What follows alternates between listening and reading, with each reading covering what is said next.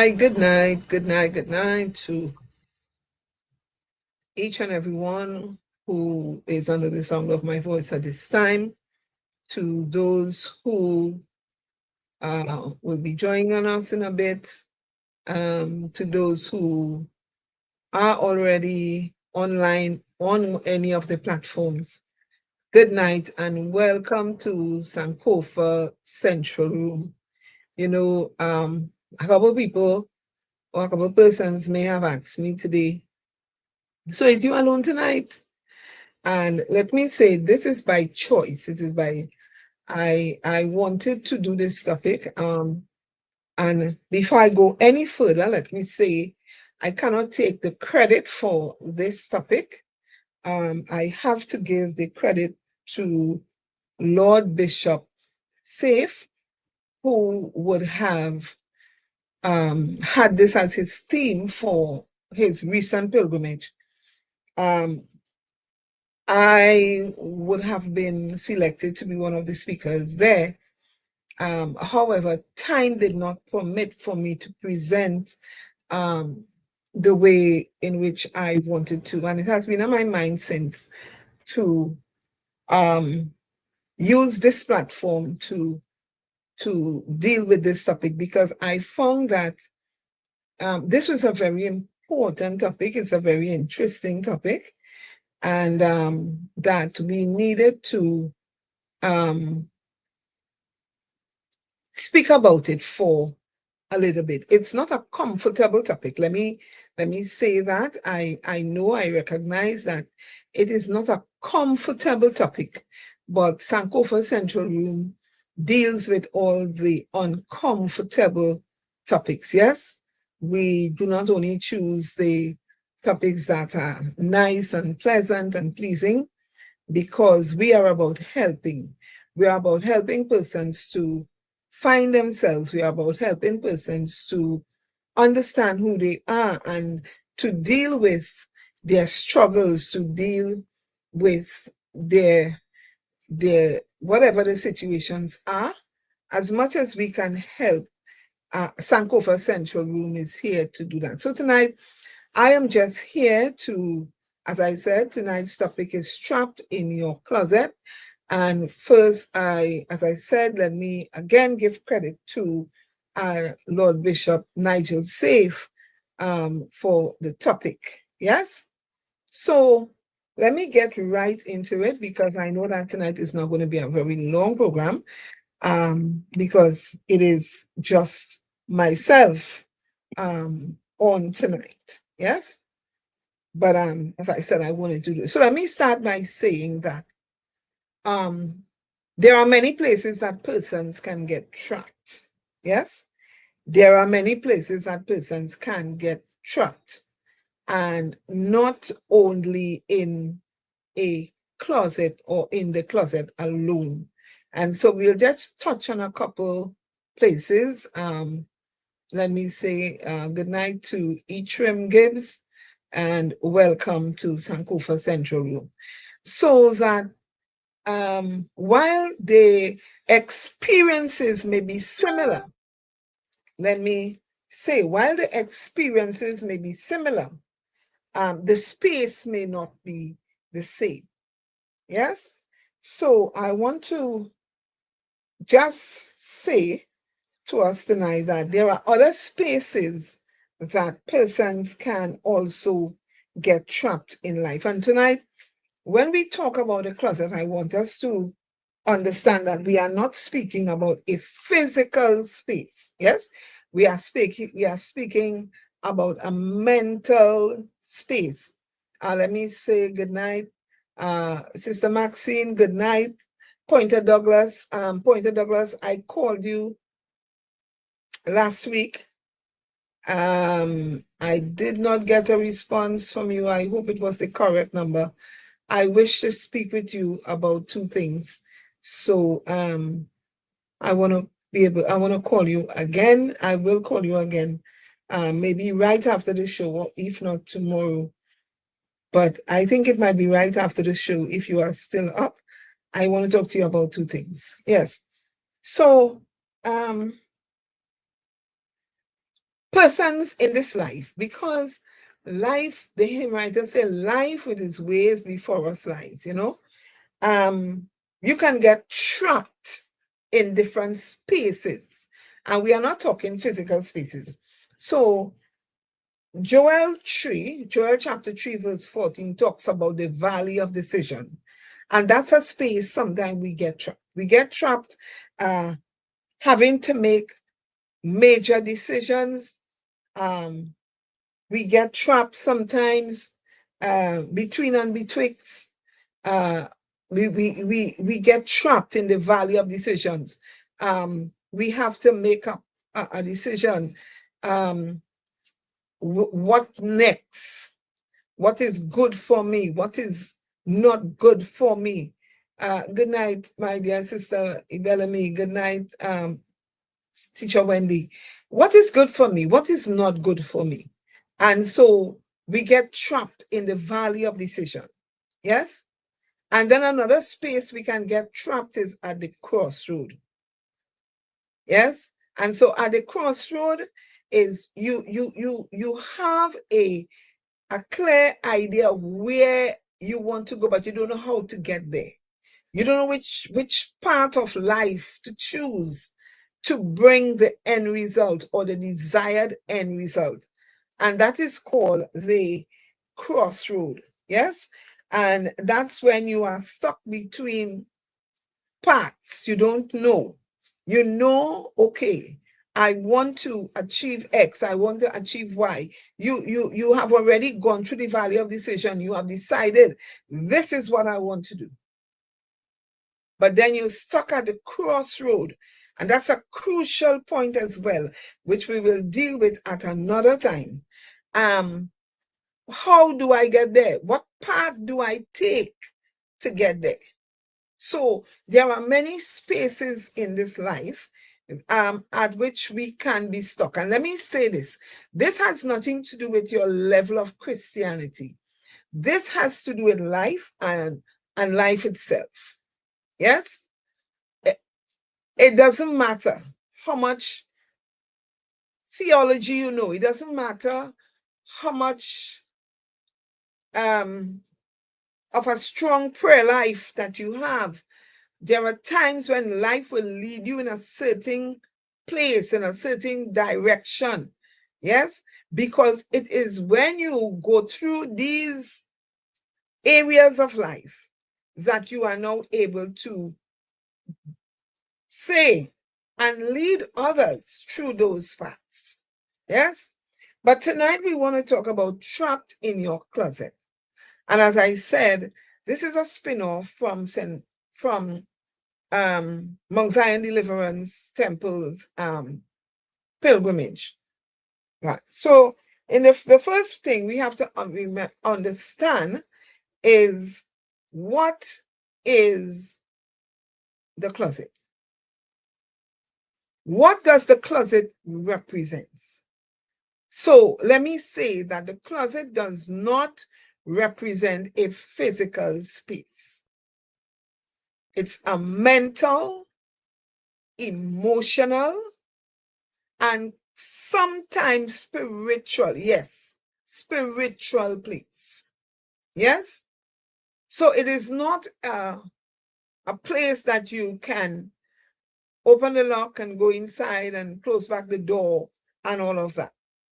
It is a space that is not of a physical, meaning you can touch it. You could open the door, you could go inside, you could put on the air condition or the fan, you can open a window if you so choose. It is not that kind of space we're talking about. Tonight we are talking about, for some person, it's a mental space. For some persons, it's an emotional space. For some persons, it's a spiritual space, right? So we want to make it quite clear that it is not a physical space. So what does this closet represent? 1, hidden struggles hidden struggles, things that you and you alone know, that you have been struggling with for years, that you have been dealing with over a period of time, that you have been fighting and wrestling with, and to you, there seems to be no way out. Your closet can represent secrets, things about yourself that you don't know how to share with others because you don't want to be judged. You don't want other people to ridicule you. You don't want to be sidelined by others when they know what it is. You don't want to bear scorn and reproach from others. So you keep it a secret all these years. But in keeping it a secret, it is, as we say, digging away at you. Yes? You don't have peace. You're restless. You're unhappy. To the point that sometimes you have to depend on pharmaceutical drugs to keep you going. Yes? And so the topic tonight, Sister Bernadine, is trapped in your closet. Yes? And let me say at this time, good night to Sister Allison, to Bishop George, to Sister Gemma, to Sister Janet. Let me see. Yes, pleasant night to all of you, and thank you to Sister Marcia. Good night, and thank you again for joining yet another week. And feel free, persons, to join in the conversation. As I said, tonight I chose to be here by myself. I did not engage anybody to be on with me tonight because I wanted to deal with this topic, trapped in your closet, which is a continuation of the conversation from Lord Bishop Safe's pilgrimage, that I felt that I wanted to deal with more in depth. Yes? So feel free to drop your comments and your questions as usual. Good. So I was saying the closet can represent a hidden struggle. It can represent a hidden secret. It can represent a state of depression, a state of anxiety. Yes? Fear, because of unresolved issues, right? And so let us look tonight at how do persons end up in a closet. Now, let me say this. If I had to deal with this topic, let's say a few years ago, I would have come and say, well, being in your closet means that you are a member of the LGBTQA group and you need to come out. But because God would have had me to go through some bit of learning and would have had me to go through a bit of maturity, let me say, I then understood that being in the closet is not just for persons, as we say, gay people or homosexual people or what have you. A lot of people view being in the closet as homosexuality. I am here tonight to tell you that it is wide and it is broad. It goes way, way, way beyond homosexuality. It goes way, way, way, way, way beyond that. It is about life. It is about life's problem and life's struggle. And let me say, any individual can end up in the closet. Now, let me talk a little bit about being in the closet and trapped in the closet. So, most of us, if not all of us, at one point in time will find ourselves in the closet, in a closet. Yes? Dealing with some issue. Because not everybody is able to deal with everything. Yes? Some of us are very good at dealing with X, but if Y comes, is a different story. So at one point in time, some point in time, most adults and even young people can find themselves in the closet. Tonight we are talking about being trapped in there. Yes? And we will come down, Sister Marcia, to talk about trust, because to come out of the closet, you will have to trust somebody. Yes, so we'll talk a little bit about that in a little while. Yes? So we're talking about trapped in the closet, and we're talking about in a space where you are alone. Yes? And while other people may be trapped in the closet as well, you are trapped in your closet. They are trapped in their closet. Maybe for the same reason, maybe for the same issues. But being trapped in your closet is a space where you feel alone, all alone, by yourself and with yourself. So let's talk about some things that can get us in the closet. So we spoke about the closet and what it represents. So let us look at some things that can get us there. One, not being able to let go of past hurts. And I want to talk a little bit about that. Because sometimes we say things as though it's a walk in the park. Well, girl, let go of that. So long you holding on to that, let go of that. There are some things that some persons, first of all, there are some persons who don't know how to let go. And secondly, there are things that some persons are not able to let go of by themselves.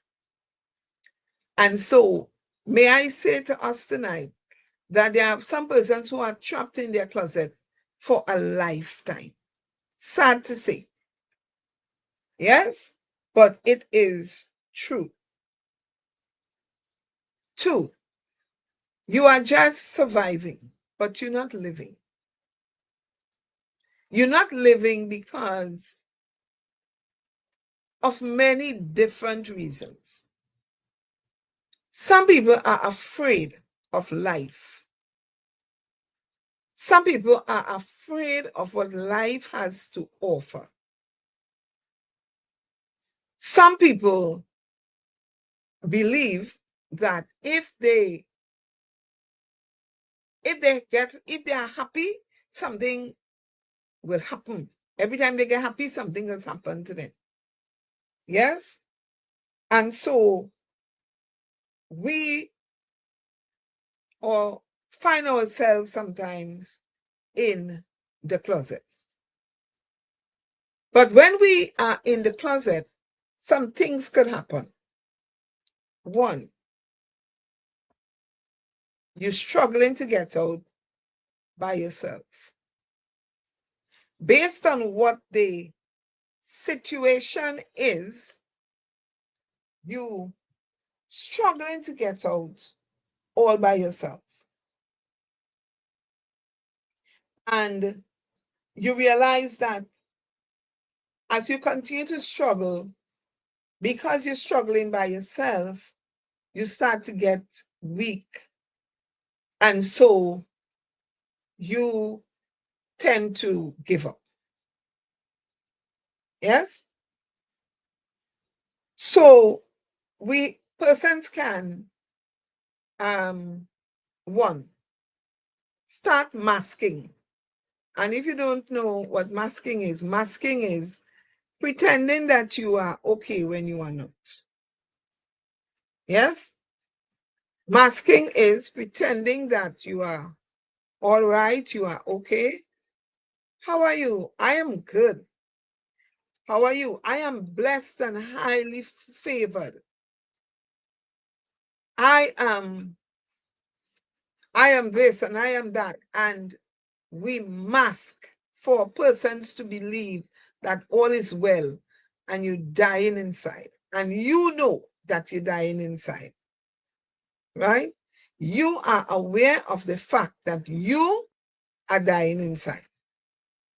But you put on a smile, you paste on a smile, yes? And whenever we meet anybody, we let them know how blessed we are and how God is good and how God is so good all the time. But you are dying inside. And that is called masking, meaning that you wear a mask so that persons will not be able to see, or you think persons will not be able to see what is actually happening with you.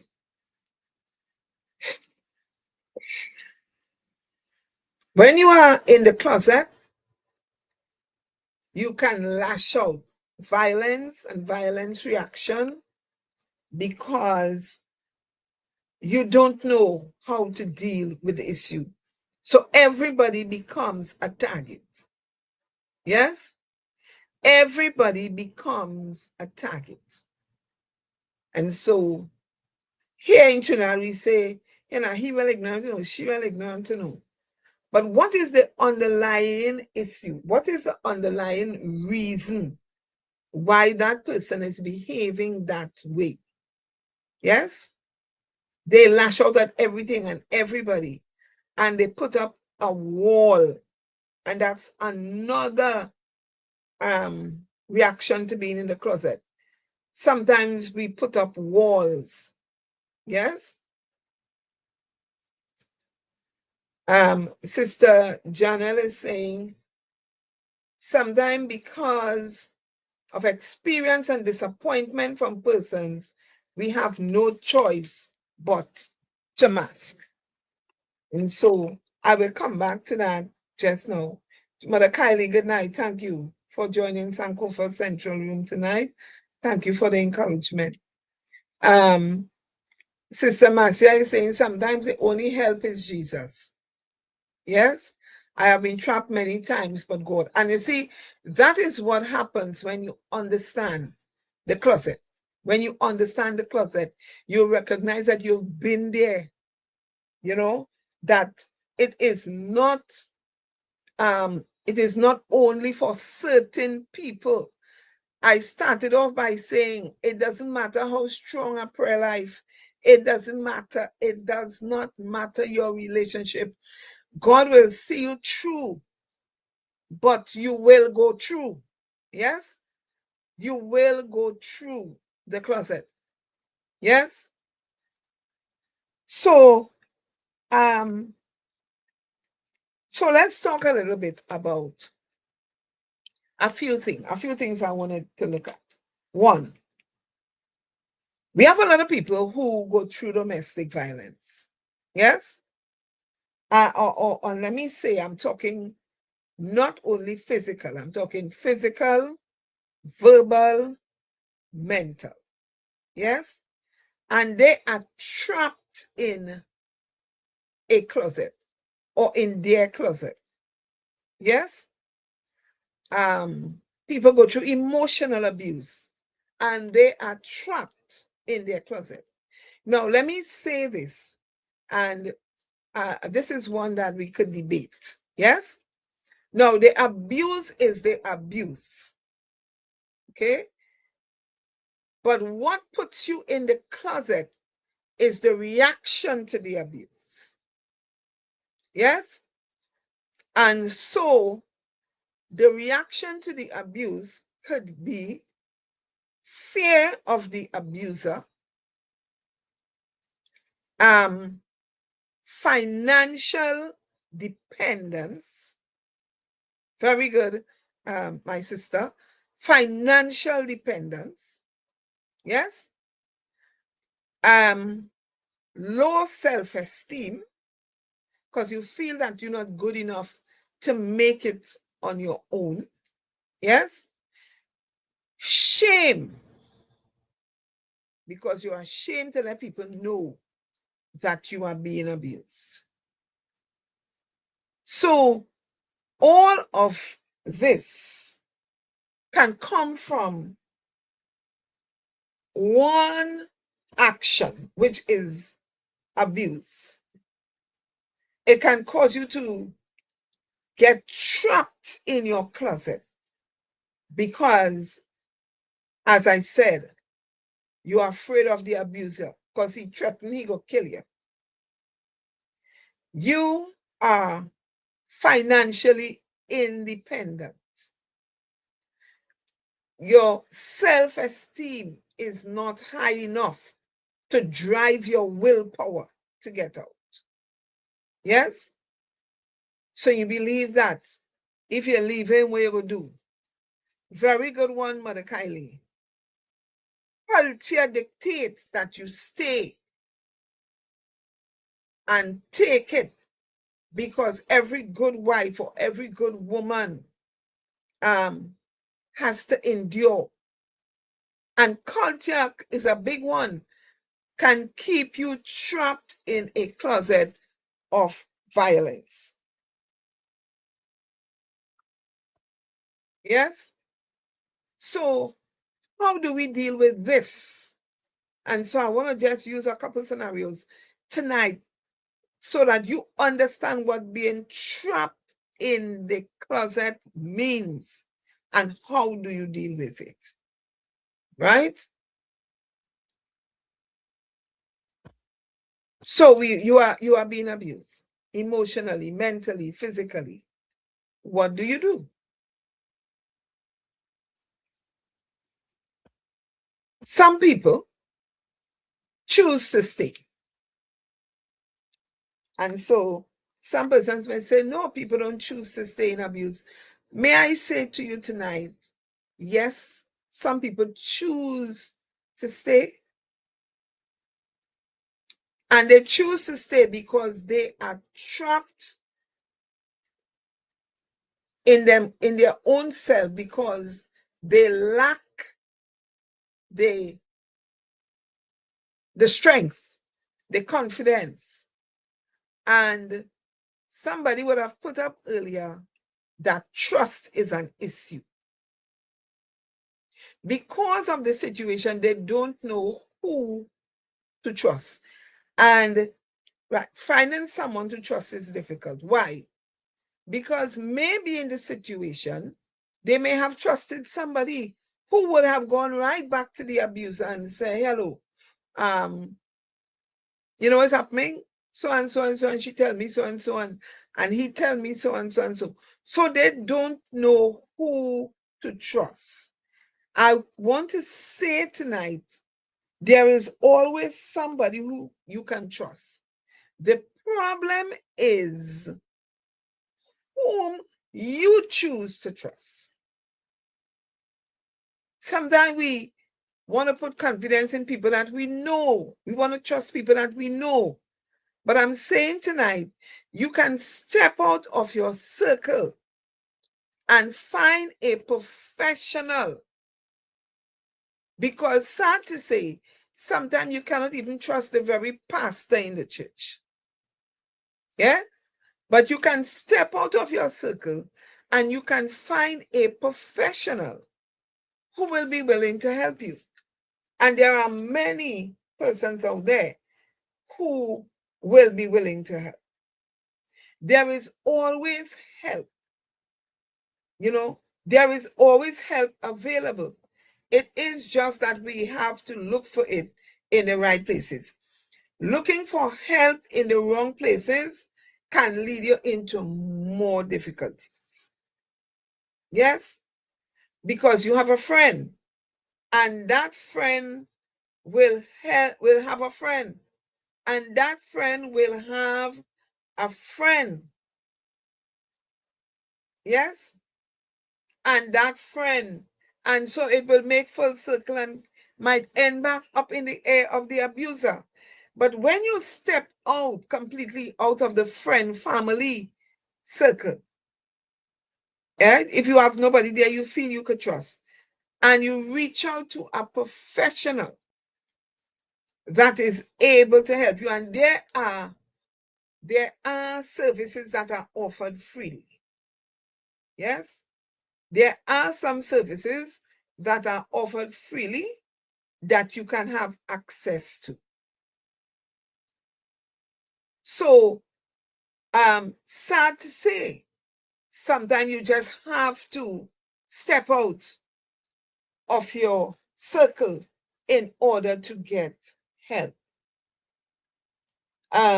Somebody is saying some people can't recognize that they are being abused. And that is true. That is so true. It may sound crazy. I said, well, how come you know you're being abused? You must know. No. Do you know that some people well, I don't want to say mistake, but do you know that some people call abuse love? Do you know that? If you with me, and you understand what I just say, you can just send a thumbs up, a yes, something. Yes. So there are some people who call abuse love. If he didn't love me, he wouldn't have behaved so. And if he didn't love me, he wouldn't have get on every time. And his love, he loved me because he's trying to correct me now. And he a little impatient, but he ain't really mean nothing. It's because, how he loved me. He treat me like that. And he don't behave so all the time, It's only when he vex. And so sometimes we as individuals, what we do, we make excuse for abuse because we see it as, well, if he didn't care about me, he wouldn't have treated me so. Somebody is saying sometimes you don't know how to hi Teacher Joe, sometimes you don't know how to get out. You get comfortable. Right. And that is true. Sometimes when you don't know how to get out, you say, okay, you accept what is happening. And so you say, well, hi, Sister Simone. Nice to see you on. Good night, good night, good night, good night. And you say, okay, look, I've done it already, yeah? And we done here, and we done together, we together now for 5 years. Where are going? Who want me with them children? Yes? And we get comfortable in the closet. And when you get comfortable in the closet, you start to accept anything because you are trapped. You are not looking for help anymore. And hi, Bishop Eileen. Good night, good night, good night. How are you? It is good to have you on. You are trapped in the closet. You say, you know what? It's not all the time he does behave so. It's not all the time he does get on so. And remember earlier on, Sister Janelle, you may have missed it, but when I said physical, emotional, mental, yes, I was looking at the different types of abuse. And it's well, it's not the time he's going so he doesn't cuss me up all the time. He doesn't misbehave all the time. He doesn't, it's only when he vex, he doesn't give me no money, And then he's at a cool down. And when he cool down, he'll give me the money for the groceries. Yes? And it is accepted because you are trapped. And you accept those behaviors. As I said, you are trapped because you fear the abuser, or your self-esteem is a bit low, or you do not have confidence in yourself. Yes? Or you do not have the willpower, the strength to move on. And so because of all of that, you find yourself in a space for years and years and years and years. Here are the dangers of that. Especially if you have children. They are now looking on at you and believing that this is what they are supposed to accept in life. Not understanding that it is a space where you are trapped. And yes, Sister Latoya, sometimes we are afraid of what people will say.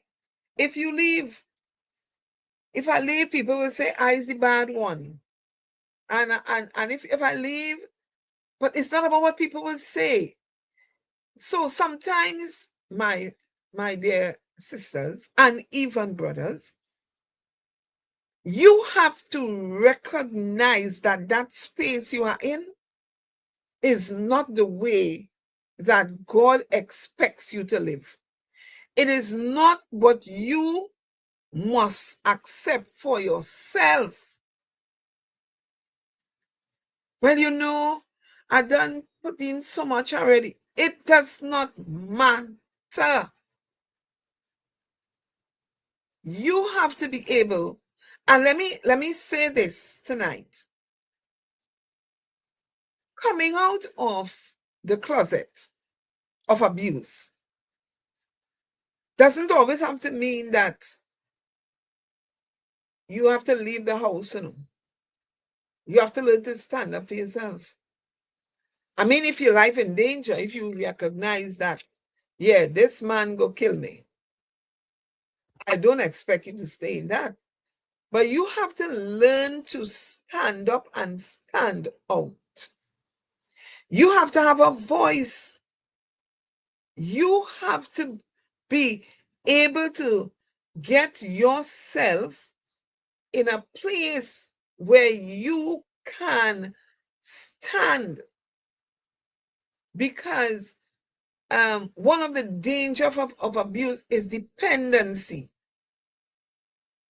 And if you are able to get yourself a bit independent, sometimes that in itself will be able to help you to gain some respect from whomever the abuser is. And that is so true, Teacher Joe. Sometimes it's what you know because you grow up and understand that as life. And that's what I just said. The problem is not just you being entrapped in that closet of abuse, but your children growing up and seeing that and thinking, well, this is the way it ought to be. And let me say this to persons who are going through this tonight. I know it is not easy. I know that. I have spoken to enough persons who have gone through that to know that it is not easy. But what makes it easy is when you're not doing it by yourself. May I reiterate to you that help does not always have to come from your circle, because there may be trust issues in there. But you can reach out to a professional. There are groups here in Trinidad that you can reach out to, and they will be able to assist you in some way. Yes? Empowering yourself is very important. So let's talk about the closet that you are in because of hidden struggles. And hidden struggles, we have already dealt with abuse. Financial struggles. And so we're going to be real tonight. Emotional issues, sexual issues, and you are struggling because of these hidden struggles. So in the case of a man, you may be having some erectile dysfunction issues, and you don't know, you're struggling with that.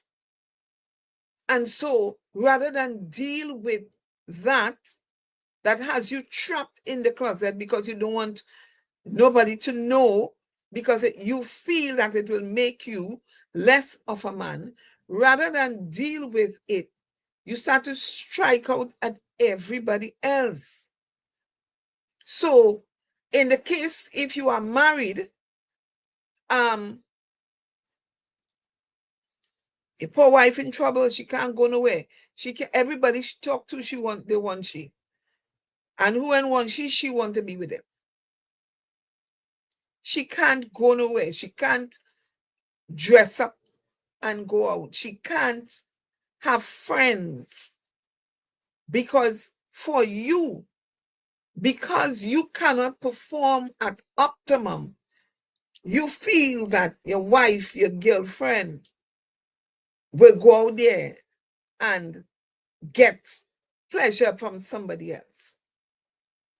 And so you keep yourself trapped in that closet because you do not want to be judged by anybody who will look at you and think that you are less of a man. I am saying tonight, get help. Again, get help. Not old talk. Not some kind of friendly advice. Go to the professionals and get help. Come out of the closet. You have been trapped in the closet too long. And when we are trapped in the closet, when we are trapped there, our lives become miserable and the people around us become miserable. No matter how much you pretend to be good, it is just a pretense. You could pretend to be how blessed and how highly favored you are. It is just a pretense. What you need to do is come out of the closet, find the strength. Find the strength and say, look, this is not appropriate. It is not normal. It is not where I am supposed to be. Yes? And come out and get help for that situation. In the case of the woman, you may be premenopausal and you find that you are not sexually active, you are not sexually aroused, you are not, some person may have a high, some people may have a low at that time. And so you lock yourself in the closet because you don't see yourself as the woman that you once were. Yes? Again, get help tonight, people. Get help, because when you're trapped in the closet, you are not living, you are just existing. Day in, day out, day in, day out. Yeah, but how are you going? Girl, different day, yeah, same thing. The Bible says, new are his mercies every day. And so every day we have a different experience. Every day we have, life is happening. When you going through month after month, year after year, same thing every day, yeah, girl, same thing. Check yourself.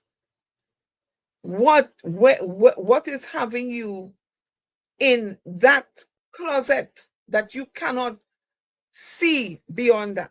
You know, there's this theory called the Johari's window, right? And Johari's window has four, for the best for viewers, four panes, right? But it's really four different um, a level of understanding. And it's called he has one called the open area, and then the blind area, and the unknown area, the hidden self. And so a lot of times, the hidden self is what I want to deal with, is when you, not even you, understand what's really going on with you. Yes? And so when you find yourself like that, know that you're stuck somewhere. You are stuck somewhere. And you have to now sit with yourself and recognize what is happening with you. So let's talk a little bit about secrets. And so there are things about yourself that you don't want nobody to know. And you are struggling with this. And you have been struggling for a long, long time. Whatever that secret may be. Again, you have to recognize what it is and stop masking. Knowing that you are not okay, but saying to everybody, I am okay, you know. I am blessed. And you know that that is not so. I am blessed and highly favored. I am this and I am that. And I understand the affirmations, but the reality is you know that you are trapped. And you are trapped in your closet. And you should do something about it. Here are the dangers of not doing anything.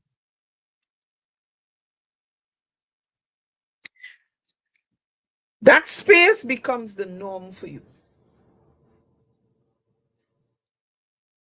Well, what would do? It done so. Not me alone, you know. I know plenty of people who going through the same thing like me. And all are we just going through what we gonna do? It has become the norm for you. So that it cripples your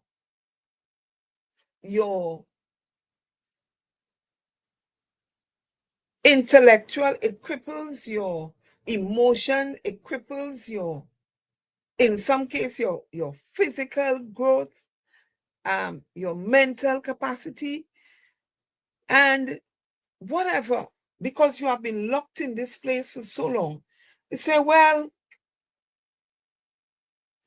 look,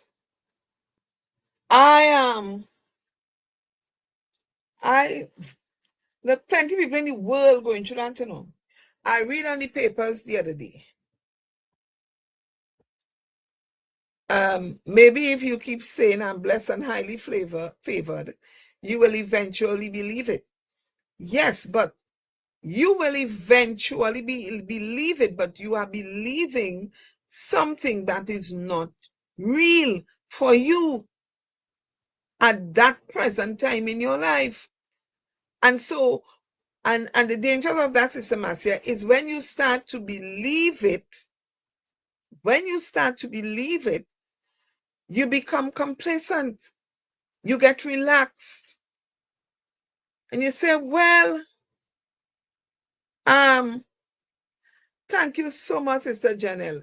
And then you start to say things like that. Well, I was not the first person that ever happened to, and I sure we ain't gonna be the last. Yes? And you start to justify being, that is what you're doing. That's the way. You start to justify being in the closet. You start to justify why you're there. You start to justify, well, Maybe this is how God wants me to be. And this is what God have in store for me. And if God wants me to be different, he will change it. But God has already given you some capabilities. Yes? And so while God will do his part, I want to say to us, we have to do our part as well. Yes? We have to want to make the change. You see, God will always do his part, you know. You know, one thing I like about Jesus is that many of the people he helped along the way, he asked them first, you know, yes, will thou be made whole? Yes. He asked them what they wanted. The thing about it is being stuck in your closet and just hoping that God will come and he will open the door and you will just, and that problem will go away. That's not how it works. God will do his part. God is always doing his part. The question is, are you, are we as individuals doing our part to get out of a situation? So God will present opportunities. God will present doors. We have to walk through them. So if we are stuck in the closet and we recognize it's similar to admitting one has an alcohol or smoking problem and not dealing with the elephant in the room. Definitely, definitely, definitely. I have a problem. Something I'm struggling with. I have this secret. I'm struggling with it. It's killing me now. It's killing me. Lord, I need to get rid of it. But what are you doing? Nothing. Somebody will say, well, you know, mother, I'm praying about it. I'm praying about it. Yes. And yes, we pray, you're praying about it. But when you pray about it, is that all you're doing? You're praying about it and you believing that God is going to work it out. The Bible said that faith without work is dead, and work without faith is also dead. So even if we praying about it, we must be ready to do something about it. Because let me say, being stuck in the closet means that you have been dealing with this thing for quite a while. Yes? As I said, many of us will go in closets. Not a closet, you know, closets during our lifetime. Many of us, all of us, let me say, all of us will go in closets during our lifetime. The big question is, how many of us will recognize that we are not only in the closet, but we are stuck? How do we get out of here? Because it is not profitable to you, it is not profitable to nobody to be stuck in the closet for your lifetime. Life will pass you by. Yes? So it becomes the norm. The effects of staying in the comfort in the closet too long, one, it becomes the norm. You start to look for people, birds of a feather. Yeah? And all away and look so and so, and I know so much people, and look how much people, and I'm not the first, and I ain't gonna be the last, and all of that. Two, you get comfortable living with the guilt. And you start to say things like, well, um, everybody have a part in life, no, and everybody have their own cross to be here. That is so true. Eh? Sometimes the closet could be as I must say, the closet could become so the norm that it becomes well furnished and comfortable to the point that you really refuse to budge, you know. Prince, sometimes exactly. You make it a place of comfort because you become comfortable living with the guilt. And as somebody else is saying, sometimes the key is thrown away. Even if, do you know that some persons who are stuck in the closet, even though help presents itself, they may refuse it or will refuse it. Look, I done here so long. I go into this thing so long. Why I don't know if I could I couldn't know if I could do anything different. I don't know if I could change this now, nah? I accustomed to that. You know, when I do when so and so whatever is the situation thing, you know, I just miss it.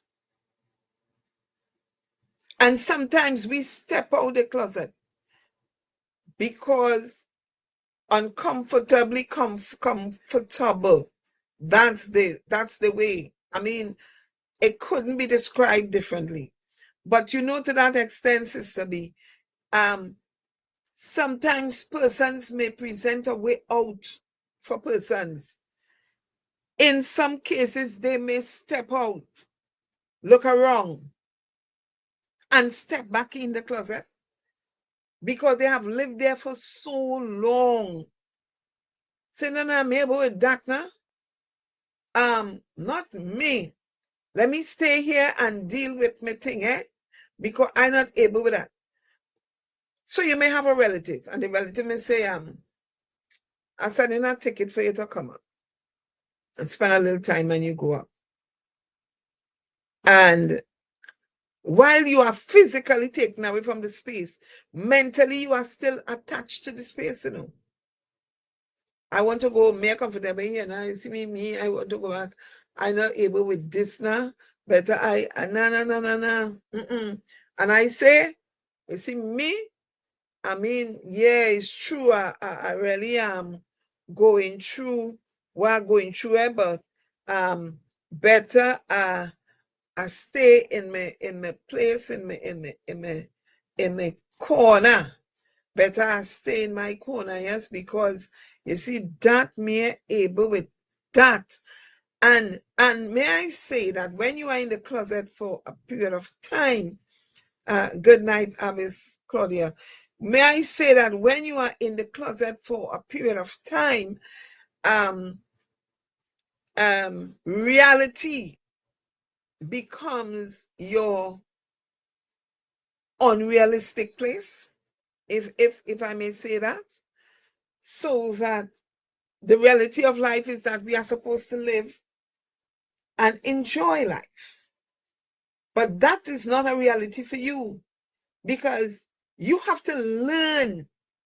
No, you have to unlearn the closet space. Yes? So I will talk about that. I will talk about unlearning this, unlearning what you have learned in the space.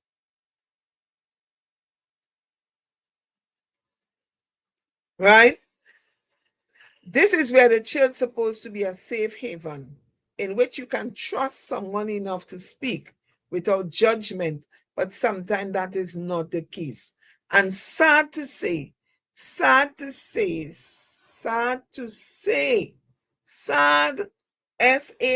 to say, that is so true. That is so true. Bless good night, Miss Candice. That is so true. Yeah? But we will talk about all of that when we're talking about the solution. So the effects of staying in the closet is one, it becomes the norm for some people. Two,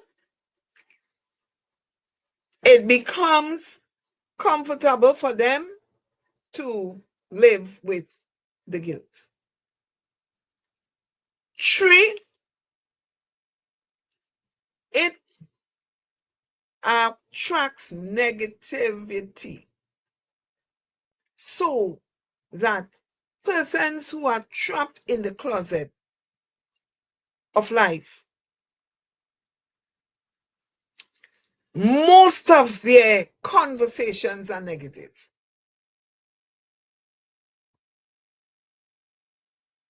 If you listen to some persons, especially whom you may have, you can have the best of ideas and they will shoot it down in a second.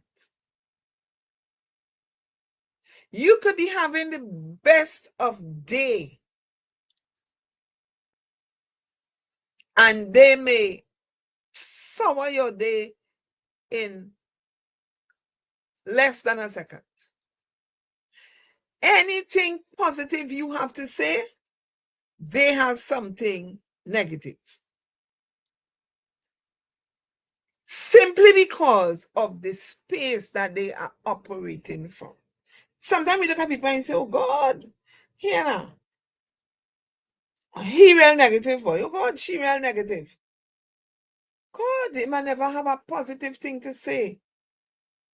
It is because of the space that they are occupying presently. They are trapped in a closet. For whatever the reason may be, they are trapped there. And they just really do not know how to be positive. They see everything through the lens of being trapped. So that you may come with the best of ideas. And not only that, they start to see everything you do as showing off, as, well, you could do that because all your soul have money. They see you as privileged. They see you as showing off. They see you as thinking you're better than people. They see you as who you're playing, who you feel you is. Yes? All that is because of the space that they are presently occupying. Yes? And they always look for something on you. All the things she thinking there, I hear that man does real rough she up. That is what they are experiencing. And so they are transferring that energy. And that is what trapped in the closet does. It brings person to a place where they transfer negativity all the time. Good night to you, Mother Lloyd, and to the brothers and sisters online. Blessing and peace. Thank you, Mother, for a wonderful topic. You are most welcome, Francisca. Yeah. And they start. So what happens is that they have been in that space for so long that they don't know how to be happy for you because they have nothing to be happy about. Yes? So that I am sure that some of us here would have encountered a person like that along your life journey.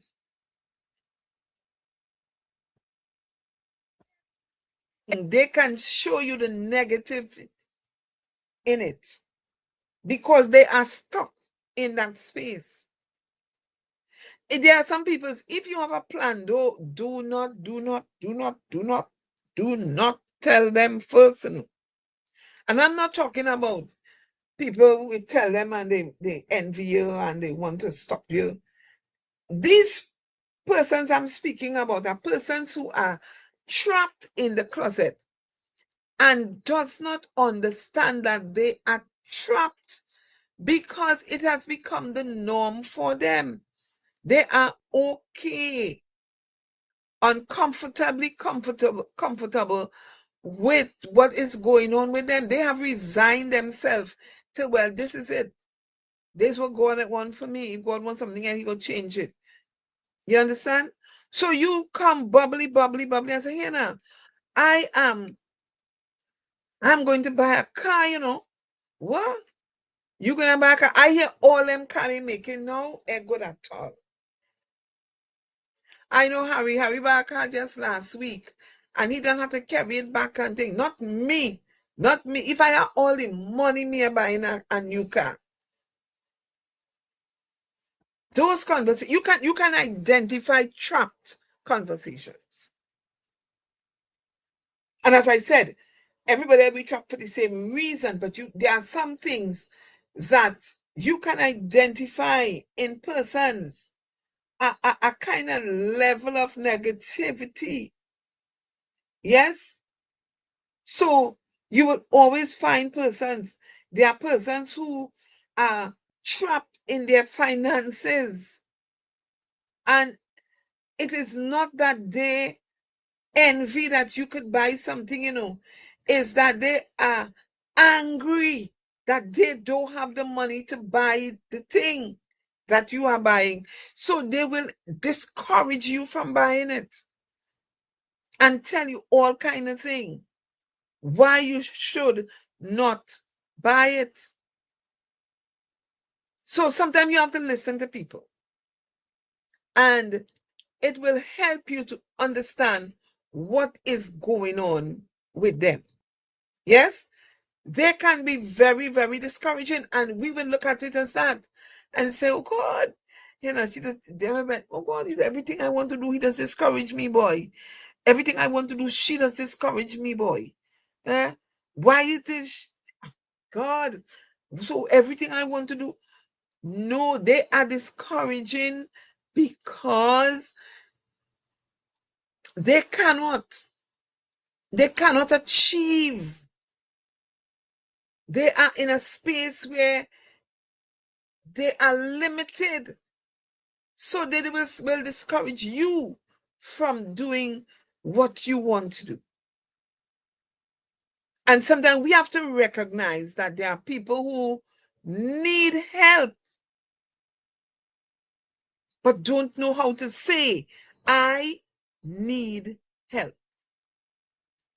This happened to me when I was trying to build my house for my children. Even your own go against you when you're trying in this life. Yes, and that is true. And not everybody bad. Can I say that again? Not everybody bad. Some persons are just in a trapped situation. And because being in that situation, there is no growth, there is no development, there is no upliftment, there is nothing. Anger fills that space. In some cases, jealousy. In some cases, both. Yes? And so, rather than say, I need help. Hi, good night, sister, or good night, Fenella. And rather than saying, I need help, do you know anybody that I can talk to? I don't want to talk to nobody that I know. Yeah, I tried that already and it didn't work. But I need to speak to somebody. Can you guide me? They will bring you down. And in some cases, not only bring you down verbally, you know, they will act. Yes? So I want to take that comment. You may be trying to build a house and you think, well, everybody in the family will be happy for you. But what you don't understand is that some persons in the family going through a trapped experience. And so it's not happening for them, it mustn't happen for you. Yeah? They will live in their own bubble of negativity when they see only black and white and never thinks out of the box. Yes, and let me say this, Prince. Sometimes they do not even understand that it have a box and they're in it because they have come to the place of comfort that this space is the norm and anything outside of that is not reality. And that's a dangerous thing. Let me say this, let me repeat this. Some people live there all their lives, all their adult lives. Let me also say that some people are damaged as children. So that I read a comment just now. Some people are damaged as children because we recognize earlier when we were talking about being stuck in the closet because of abuse, whether it be physical, mental, emotional, financial, and otherwise. And you have children growing up and living that every day. They learn that as that is the way life is supposed to be. And so they now grow up. And so they are damaged from small. They are fragile. And they grow up now and have families. Yes? And so sometimes for them, that is the norm. That's what they know. That's what they see happening. That's what they see being accepted by whomever, was it mommy or daddy or both. Yes? So that's the norm. So anybody come into their space and come with something different, they will not accept it. Yes? Somebody is saying it's like a competition that can never end. It's tiring out the physical energy of your life. Yes, but then you have to recognize what you're really dealing with to preserve you. If you keep fighting the individual, you're going to have a problem. But if you recognize that beyond the individual, there is a situation where these persons or person are trapped in a closet that allows for their behavior and the energy that they are exhibiting, you will deal with it from a different place. Yes? Sometime here is where we need to be honest with ourselves and seek help through the Holy Spirit guidance. And I agree with that. But even more than the Holy Spirit, we need to find somebody to talk to. The songwriter said, we all need somebody to lean on.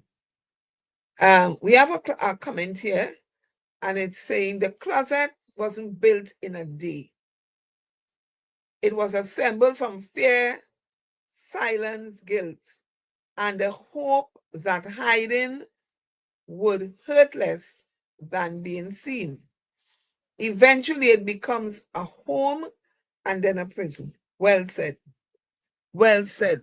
It's not built in a day. It's built over time. Yes? You get locked, stuck, and locked in that closet over a period of time. That does not mean a day. It does not mean a week. It does not mean a month.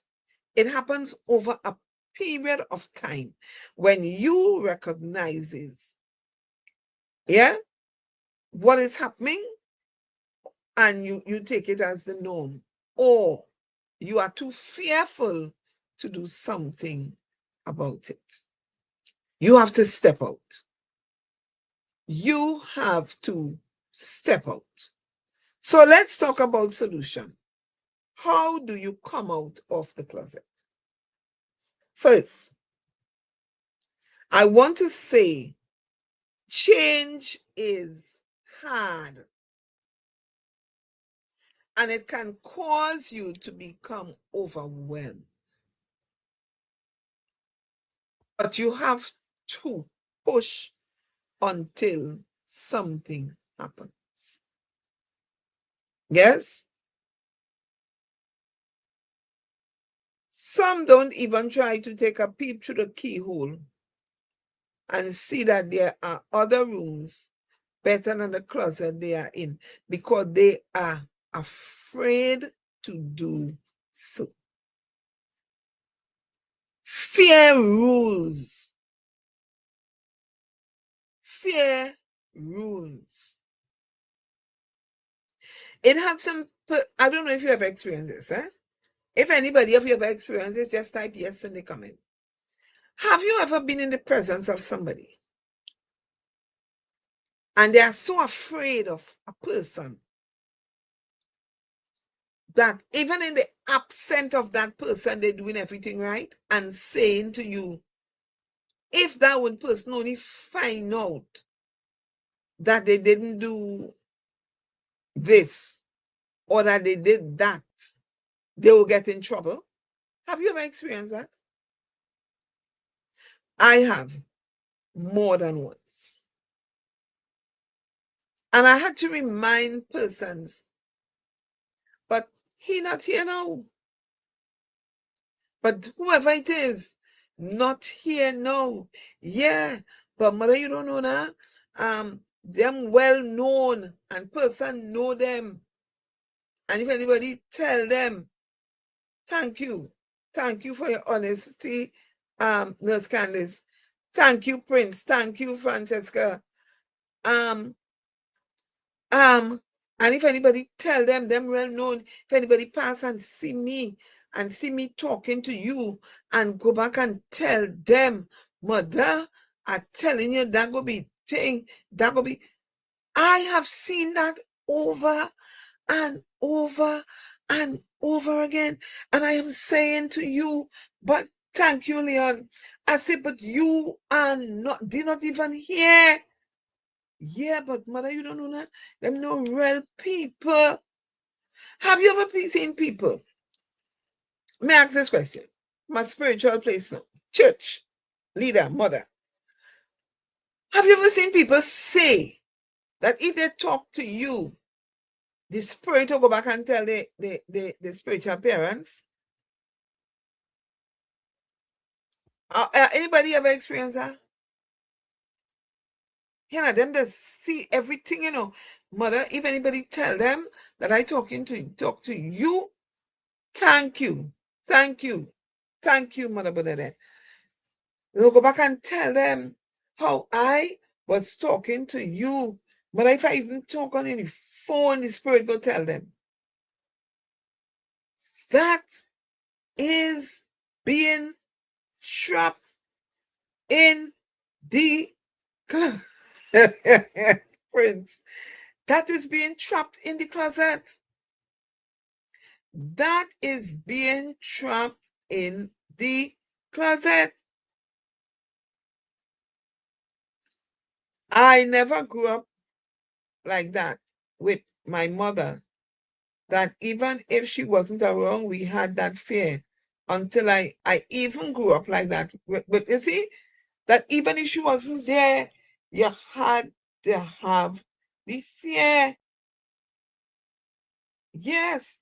Yes, Sister Bellamy. They give up their powers to others.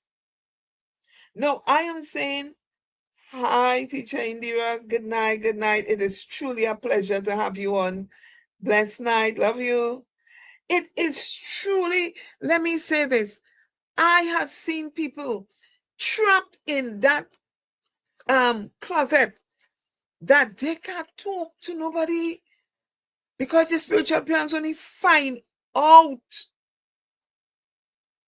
They go vex with them and they go stop talking to them and they go, and I am like, no, I am saying everything have its thing, everything. I hear spiritual parents saying that everything that spiritual children do, there is no end. So they say, them have no life. As a spiritual mother myself, I am saying, then you will have no life. No, they are listen, it has things spiritual to tell. People just tell you, here now, I see that boy from your church, I see that girl from your church, I see that. Spiritual tell you that, people just say that for themselves, right? I am saying respect your spiritual parents to the max. Respect to the max. But when it comes over and it crosses over the line like that, you can't have friends, you can't go out, you can't this, you can't do that, you can't do this, because you are trapped in that space. And that's a form of dependency on your part too, eh? Yes? But that's for another topic for another day.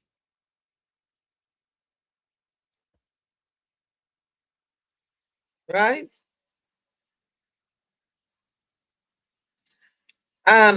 So when you recognize that, sometimes, so I want to say, how do you come out of the closet? You have to realize that you are in a closet. You have to realize that you're in a space that is uncomfortable. You have to acknowledge, recognize, realize, whatever word we want to use. You have to acknowledge that this space, this mental space you're in, is uncomfortable. This emotional space you're in is uncomfortable. This physical space that causes the mental and emotional to suffer fear, suffer anxiety, suffer disruption,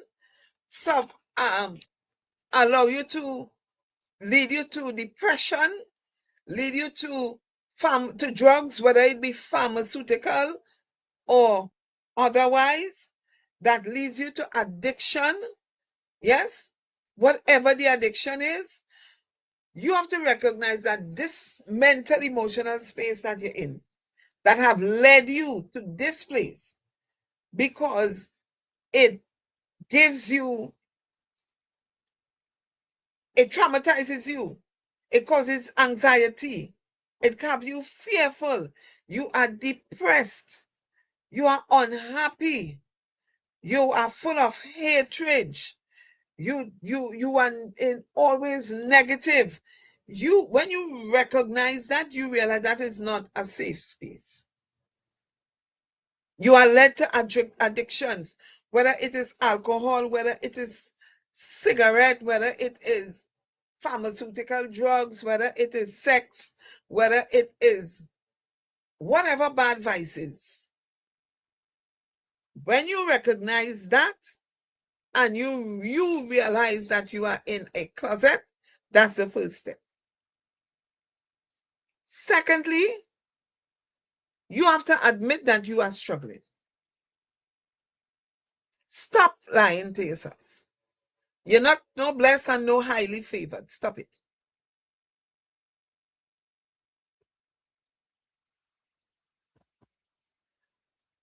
That being said, some closets aren't always built from weakness. Sometimes it's built for survival. Right. And let me say to you, let me say that while it is built for survival, that is not the space that you are supposed to be living in. So again, you have to recognize that you have built a closet just to survive. And you have to come to the place to recognize when yourself, survive what? Why did I build this closet? Why did I put myself in here? Is this the life that I am supposed to be living? Is this space that I built just to survive all that life has to offer me? Or is this much more to life? If I break down these walls, walk out of this space that I have built and embrace life. And I am saying it's no walk in the park. It is not, it is easier said than done, especially when you do not have a good support system. Seek help. So you accept that you are in a closet. You recognize that you are struggling. Seek help. And here is where the big issue comes. Seek help. Seek help from whom? One, seek help from God. Yes? Seek help from God.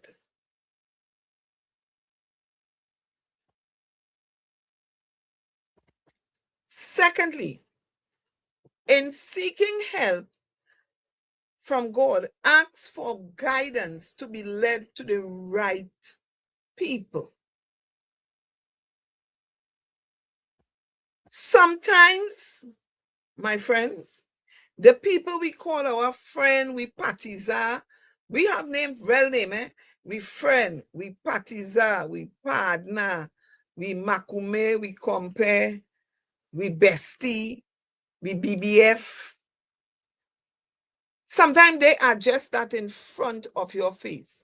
And I am not sowing seeds of discord here. I am saying that life has taught me and many other people, because in the early comments, people started to comment that trusting, finding somebody to trust is hard. And so you may have had issues. Yes? You may have had issues. So then sometimes you need to step out of what you know, the norm,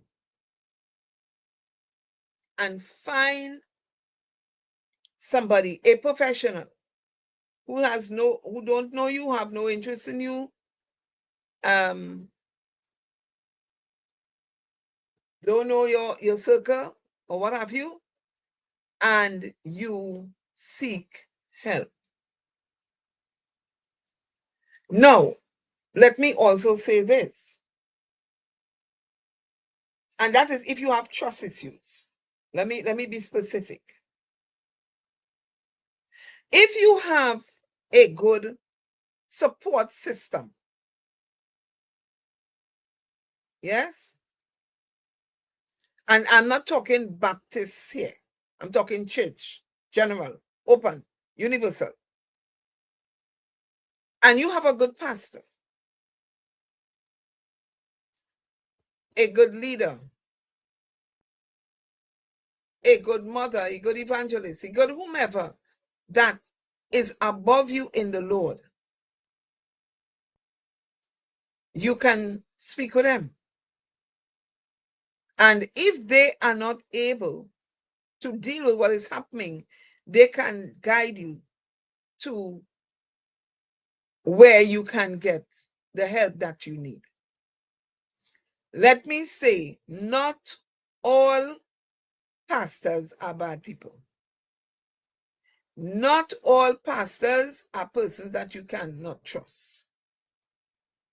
Not all pastors do not understand what is confidentiality. Some of us do. Yes? And so you can go to your pastor if you have a confidential pastor. Yes? And they can guide you if they cannot deal with the situation. So what once, could you put back up that right? So what once protected you eventually limits you. Yes. Maybe healing can begin by opening the door a little at a time, rather than trying to tear the whole structure down at once. And I agree. And so a little at a time, step one, accept.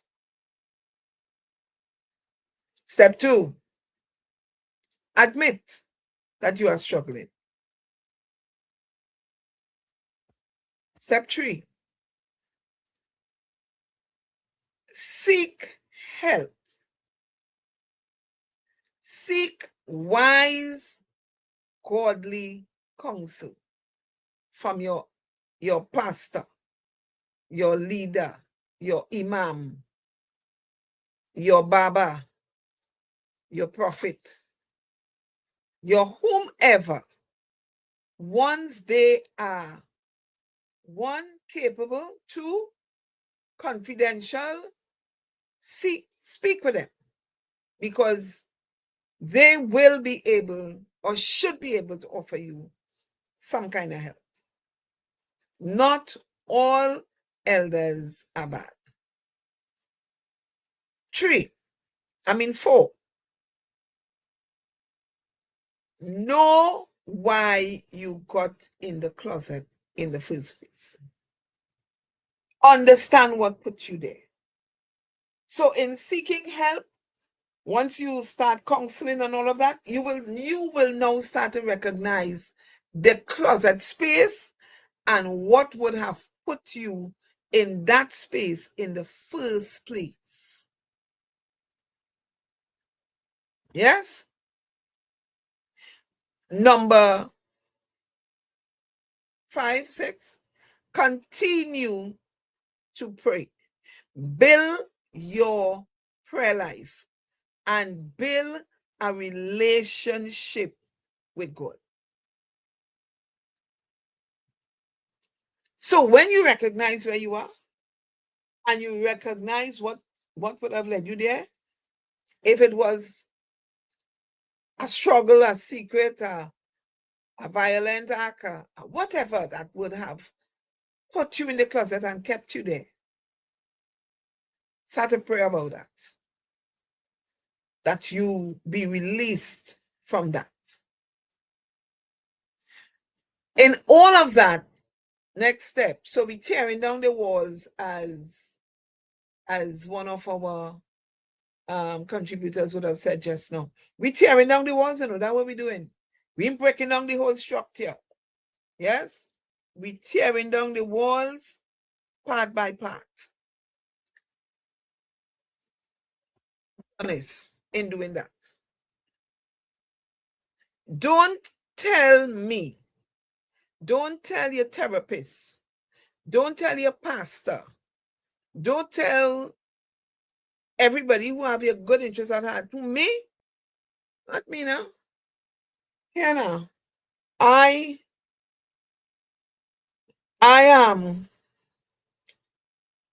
overcoming that, yes. I not how I used to be now. And you know that is not true. I'm masking. You're still masking. You have to unmask. Next step. Unmask. Forget the shame. Forget what people will say. So all the time you taking that from he, forget that. I always remember this story. Always remember this story, I know these two people. And they were very, very good friends. And one of them had an issue. And she was talking to the other one. She said, and the other girl said, me? That could never happen to me. Not me. He had to think twice before he do me that. And so after a little while, they met because they didn't see each other for a while.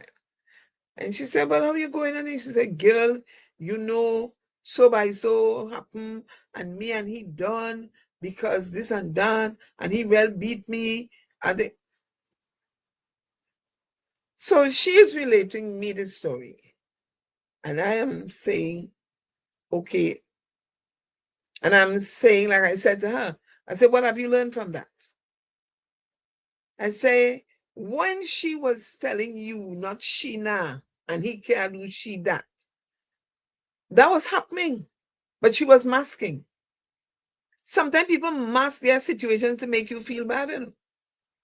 Sometimes people mask their situations to make you feel like you is a nothing and nobody. And this time they're going through worse than you. And you believing that. Yes? I missed that. Could you put it back up? Put it back up, please. Sometimes because of experience and disappointment from people, we have no choice but to mask. I beg to differ. I beg to differ. Because what when you mask, what you really do is you take the plaster and you put it on the sore. Yes? And then eventually when you pull off the plaster, you realize how the sore has undermined and gotten worse. So I am saying to you that if we always, and when I say you, I mean my audience tonight, if what people think and say and believe about you continues to be your driving force, you're in problems. You are in problems. It means that if people do not give you the stamp of approval, then you cannot become all that you are meant to become. It does not matter what people say. Can I say to you that people will say until they get something better to say? That you will only be the conversation for a while until something more exciting comes along?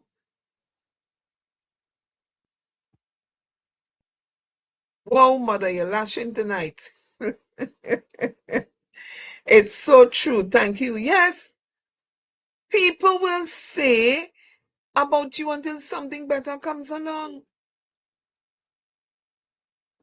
If you look at what's happening in the world, what's happening in the nation, what's happening on social media, people will lash at you until something. I have been there. I've been a victim more than once.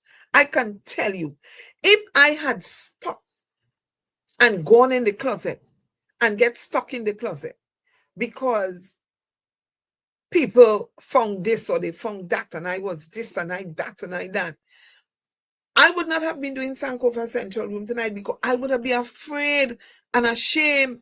And suppose when people come up and they comment bad things about me and they remember that thing and they come back and they say this thing, and Sankofa Central Room would have not been a program, right?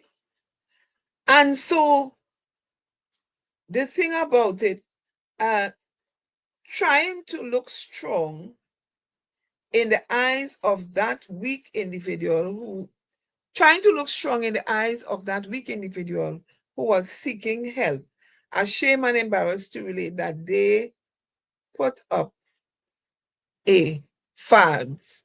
Now, let me say this. That is what a lot of people do.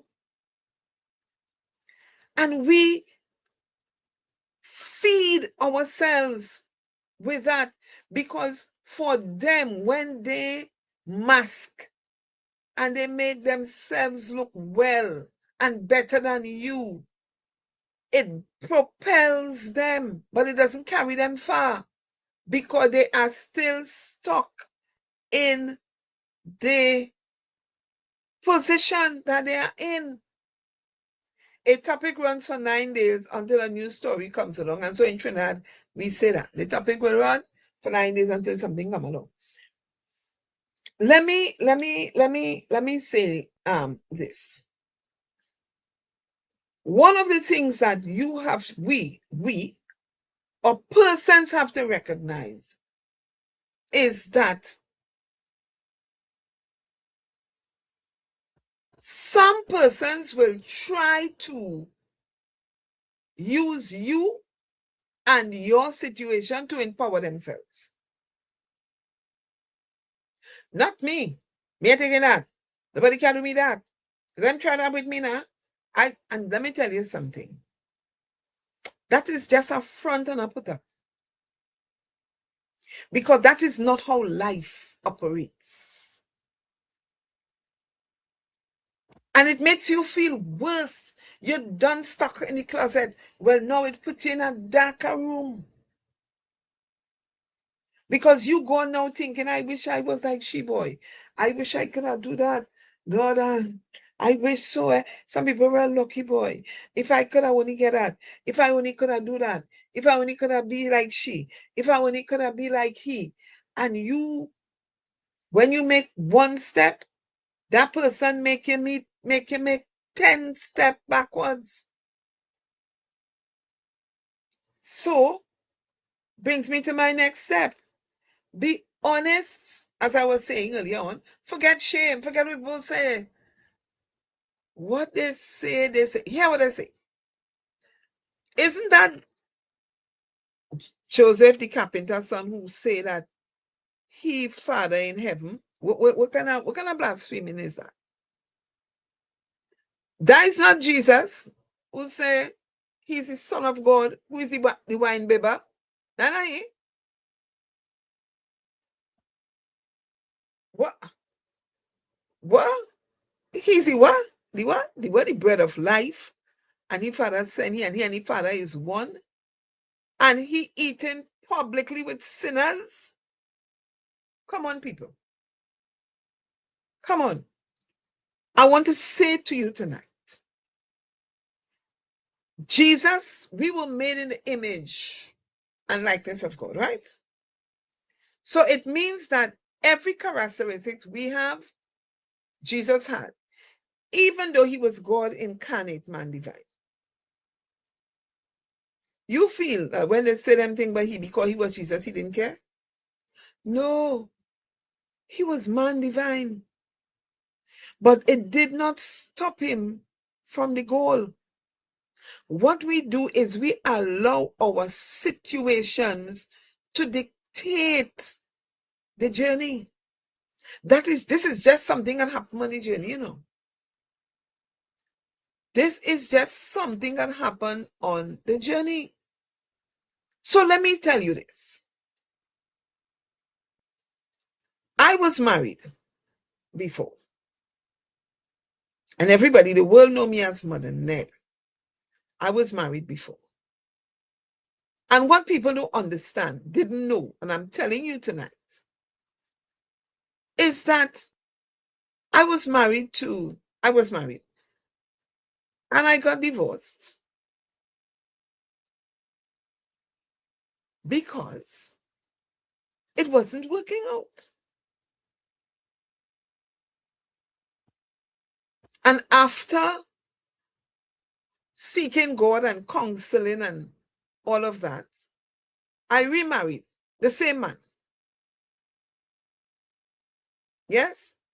Sometimes you have to come out. You have to come out of the closet.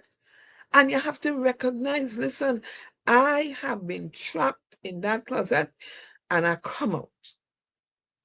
And you come out now and you understand where you've been and you work it out, and with a clear head, you decide, okay, yeah, I could go back into this, but not in the closet experience. Right? And I'm saying that to say, as I said earlier on, sometimes you coming out of the closet doesn't mean that you have to mash up your house and leave your house and all, you know. You have to come out. You have to come out to the place where you can stand, where you recognize who you are, where you understand your value. You say, okay, this is who I am. Can you accept this?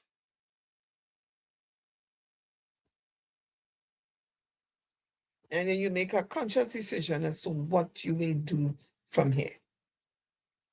Yes? And so we have to remember that. Next step. Forgive yourself and others. And ask God to forgive you. Because sometimes when you're in the closet, you just do and so kind of thing. You just wish people bad. You just bad talk them. You just wish every negative thing about them. There's that. You just wish it was you. You just have to covet and all kind of thing. And it's not that you're a bad person. It's that the experience is the space you're operating in that would allow you to become like that. Yes? And I want persons, and I'm praying that after tonight, When we look at some people, we don't look at the frame, but the space that they're operating from. Right? Mother Lord, I commend you on that you were honest and admitted to yourself and your God that it wasn't working out and God made a way. You have to, Prince. You have to admit to yourself this ain't working. And he was Archbishop and I was elect lady. No, I wasn't elect lady yet. Sorry. I was Queen Mother Lloyd. I was not made an elect lady. But you have to, and listen, that hit the Baptist Gazette. It hit the Baptist Gazette. Yeah? But I had a good support system. I had my sister, right? I have a sister. Everybody see me, they say, she's me. And then, like, if we're not together, anybody see her, they say, I am her and she's me. I had my sister. I had my church members. Yes? I had teacher Joanne and my sister. Most of all. Yeah? My goddaughter. I had a good, and you don't need much people. You don't need a crowd to make it all right. You just need some people who will look out for you. And you don't need people up under you all the time. So let me divert. A support system doesn't mean that you have a whole football side cheering you on. It doesn't mean that. It means that you have a few genuine people whom, when you need them, they are there. That's what it means. That's what it takes. And I know somebody said, so what if you don't have that?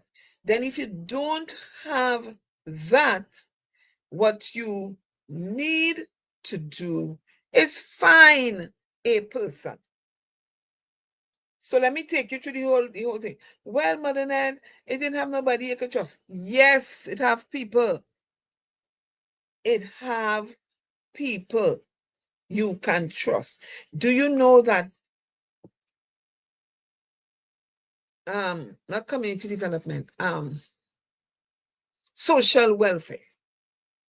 Do you know that social welfare offer more than just grants and all of that? Do you know that social welfare have counselors that you can go and make an appointment and see them for free? Do you know that? Well, I'm saying that to you tonight. Social welfare has counselors. So you ain't know nobody? I am telling you where to go tonight. Social welfare has counselors that you can go. I can't say for everywhere, but I'm saying if you're living in Shogunas and environs, you can go to the social welfare office. The counselors are on the second floor. If you live in Couva, the office is near to JTA. It's a blue building just after JTA's compound. And so wherever you're living, find out where social welfare is. They have counselors. You can go and see them for free. Every district that has a social welfare office, you can go there. Yes, I've been there a couple of times. I went there because I wanted a counselor to come and do a program for me when it was Mothers of Zion. And I felt very comfortable with the service that they offered.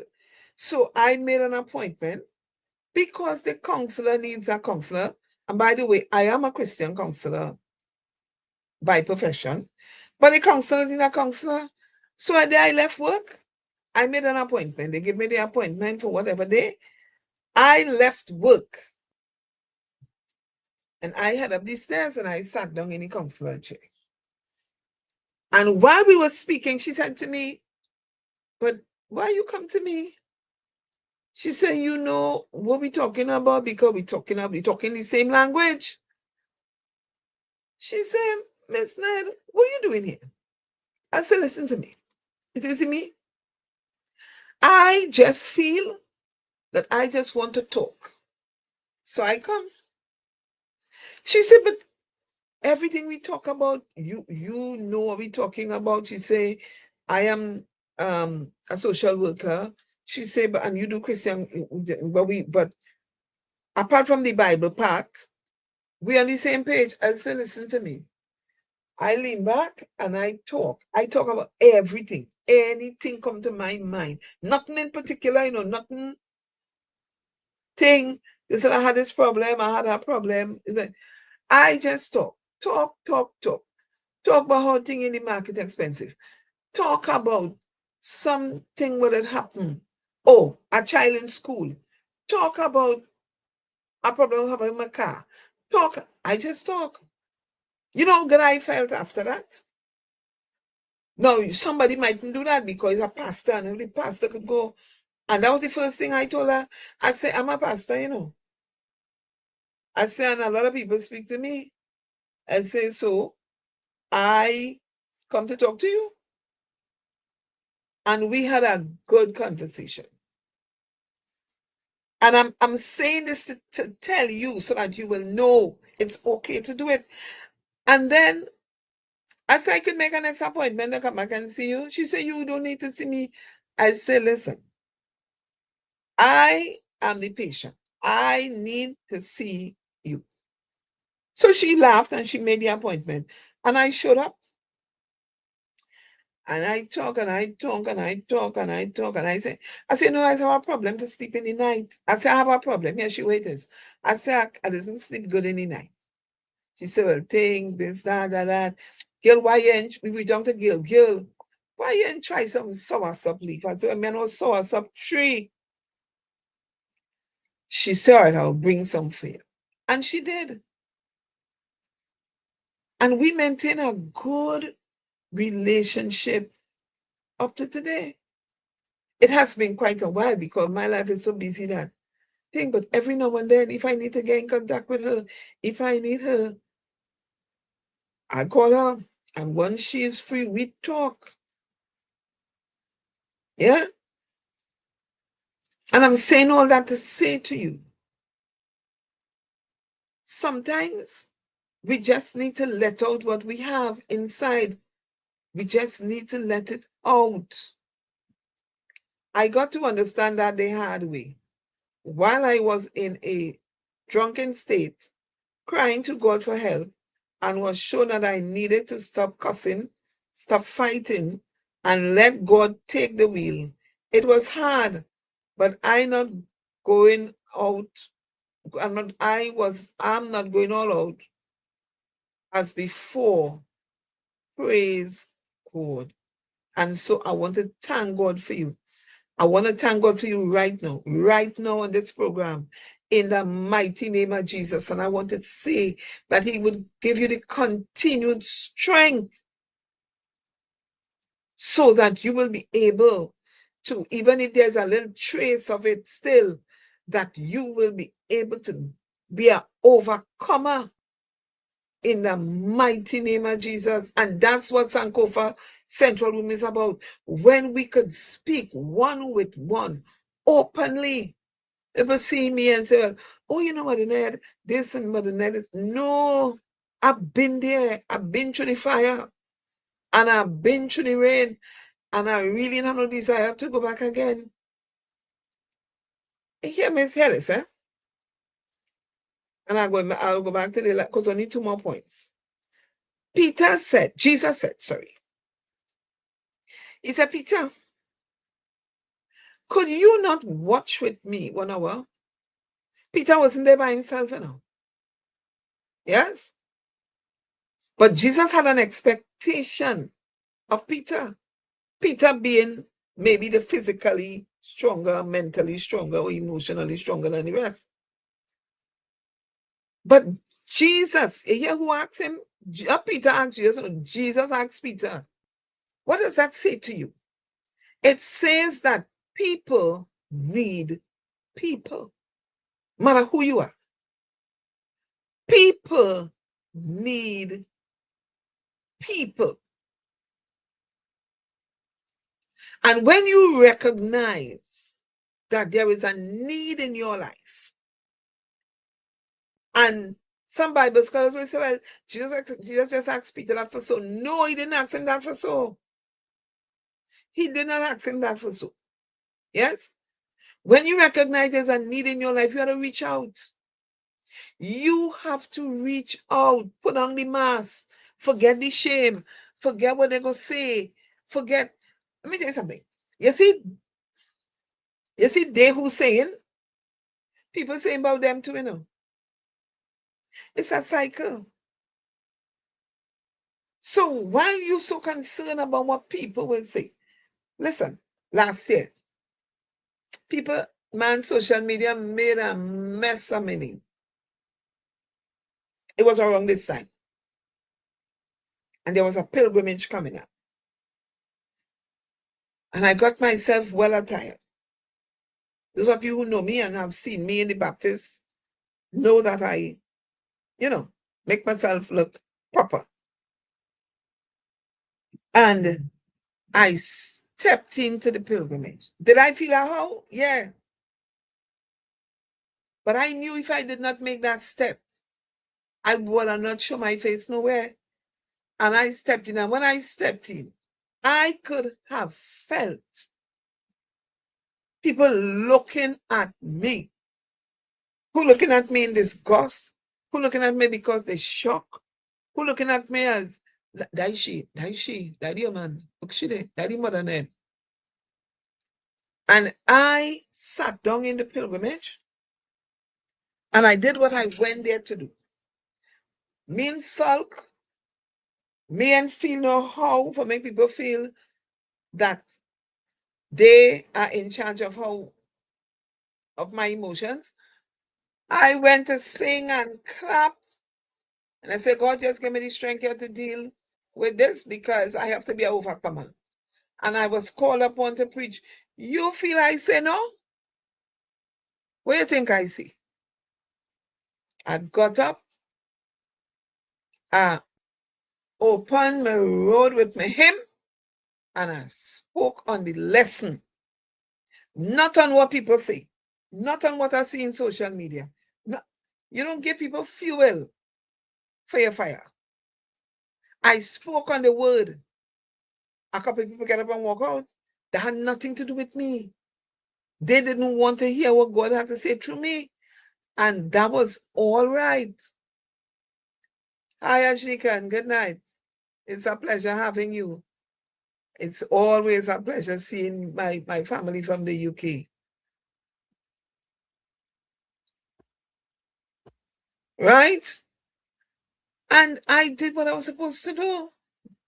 And I stayed until it finished, until they say, may the saving grace of all. And then I came outside and hypocritically, say, hi, how you doing? How you doing? How you doing? Good afternoon. How you doing? How you doing? How you doing? How you doing? And left. Yeah. So let's go back to the point. How to come out of the closet. Having accepted, having admitted, having understand, seeking help, seeking wise godly counsel, having prayed, having knowing your triggers, forgiving self, others, and seeking forgiveness from God. Because as I said, while you're in your closet, there's two and they answer some things. Receive, unlearn some things you have learned in the closet. So in the closet, you learned how to be negative, unlearn that. In the closet, you learn how to live your life fearfully, unlearn that. In the closet, you suffer depression, deal with that. In the closet, you formed addictions, get help for that. In the closet, you suffered anxiety, get help for that. Unlearn the things that you inherited in that environment. Think differently. Yes. The Bible talks about by the renewing of your mind. Think differently. And when you think differently, you will act differently. Yes?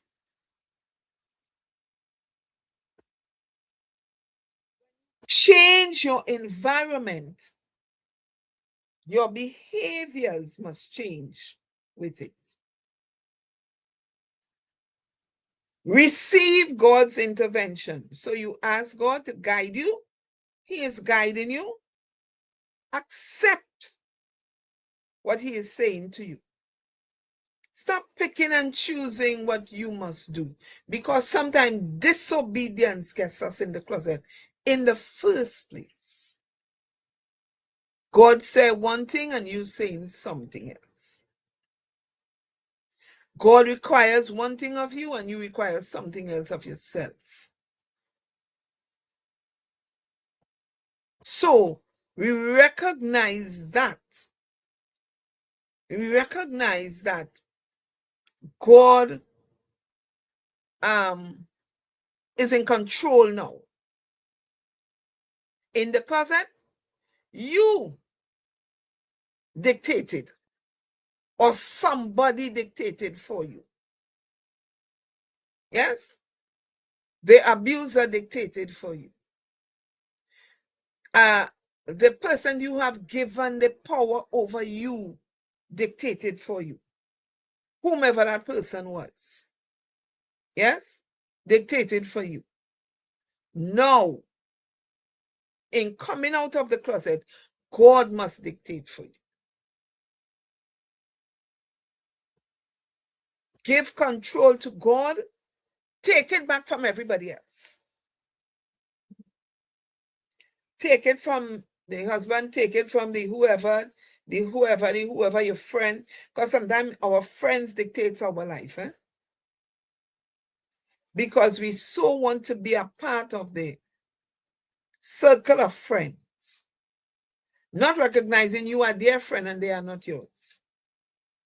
Take back that and give it to God. And when all is said and done, become a testimony. Your life must now be a testimony unto others. Why? So that persons who are now going through their closet experience, persons who are now stuck in their situations and feel that there is no way out, that there is no hope for them, will now recognize there is hope for me. If he went through that and he overcame, she went through that and she overcame, then there is hope for me. Yes? And so I pray that tonight, first of all, I want to say thank you for your comments and your questions. Well, not so many questions. We didn't have questions tonight. We had comments. And I really appreciated that. And let me say, every now and then, I will come and sit and chat with you. Yes? No guests, just me and you. On whatever the topic might be. We have a comment here. Allow yourself to learn some valuable lessons while being in the closet. When you come out, by God's grace, you should be wiser. You should be a wiser and stronger individual. Full stop. Great show. And that is from my big sister. Well, she says I'm a big sister. I say she's my big sister. Mother Bishop Earlene McFarlane. Yes. And that is true. When you come out of the closet, you mustn't come out the same way you went in. After being in the closet, after struggling, after fighting, after praying, after seeking God, after renewing your mind, after all of that, learn some valuable lessons. Learn the lessons, because while you're in the closet, you learn lessons, and that's what the whole closet experience is about, actually. You learn lessons in the closet. Yes? And so you are now able to help others who are struggling. Your life, you should be wiser and stronger, as my sister said. Your life must never be the same again. Yes? Anytime that you keep repeating that closet experience and being trapped, you have not learned the lesson yet. Yeah? It all boils down to your identity and knowing who you are to overcome your circumstances. Exactly, a lesson must have been learned in that closet. Experience will decide. Yes, it is the greatest teacher on earth. Yes, experience is the greatest teacher. Yes, yes, it's like a transformation. Yes, a transformation must take place. You cannot come out of the closet the same way you went in and stuck there and learn a thing. Then you will end up in another stuck situation. So I was saying that tonight I chose to do the show by myself. And ever so often I will come by myself and sit and chat with you, my Sankofa family, on different topics. Right? Oh, thank you. Thank you, Lady Lloyd. Enjoy the first part in the pilgrimage and enjoying the other part tonight. Thank you. After the battle, there is a victory. Should be. Should be. Can I say should be? Should be. Yes? Should be a victory. So I want to thank you. I want to thank you for joining. I want to thank you for your comments.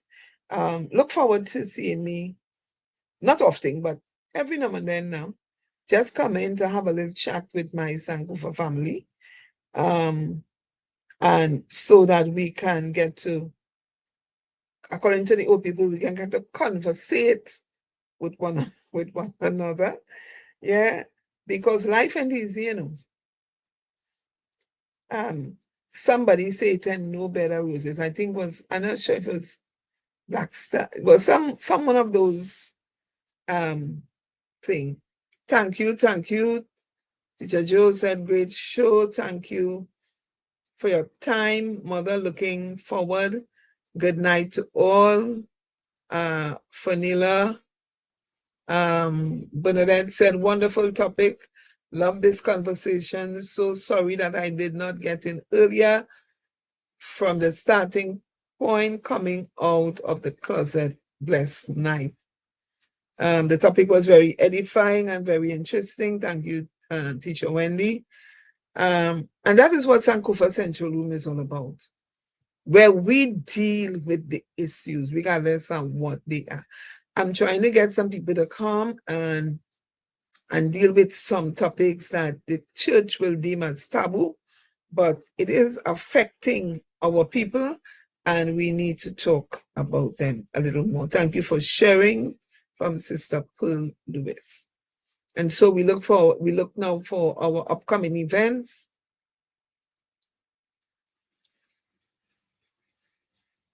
And so this one, Mount Zion House of Prayer, that's the church where I'm the pastor. And we are having our youth fest. Now, the youth fest is really two things in one. It is what it says, a youth fest, and it is also our back to school initiative. Yes. And that is why there's a contribution of $30 upon entry. And excuse me.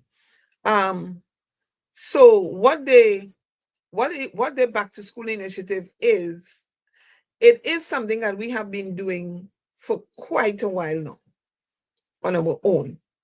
As time goes by and we know the cost of things and price of whatever. So this year, what we have decided to do is to seek the help of our people. And what better way than to do it with the youth fest? So you are coming to do two things. You are coming to support the youth on the day, the youths, I should say. On the day, we have quite a lineup of dynamic speakers as well as performances. And we are also, you will also be supporting some children to go back to school. Yes. As I said, on our own, we have done it through the years.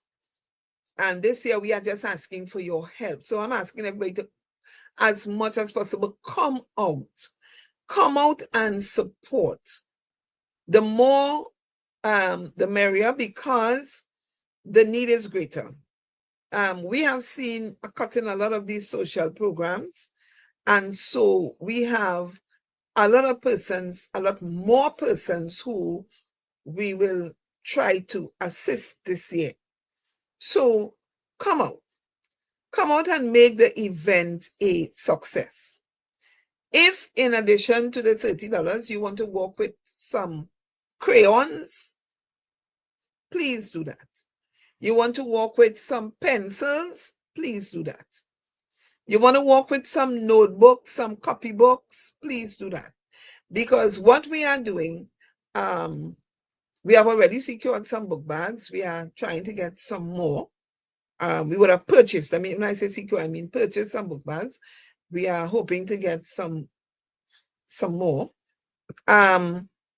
So it is anything, t-shirts, vests, boxers, jockey shorts, panties, sneakers.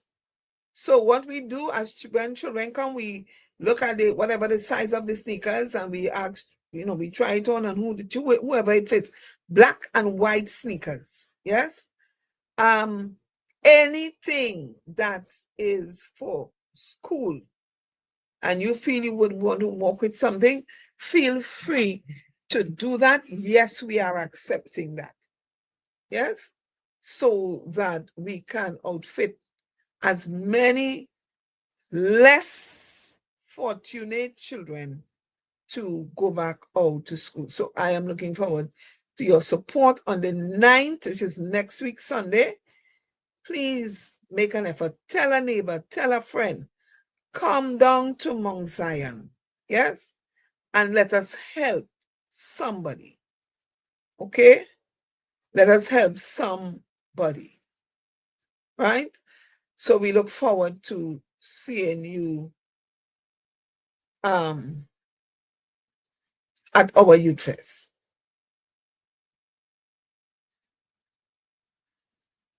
On that same Sunday, a pilgrimage is going to Reverend Dalrymple, and that is at Reed Lane, Dabody. New House of Israel is going to St. John's New Life in Christ on Sunday, the 9th of August. So the return fee is $150. And this pilgrimage is coming from separate, but you can join them up at New St. John's New Life in Christ, which is by Reverend Dalrymple.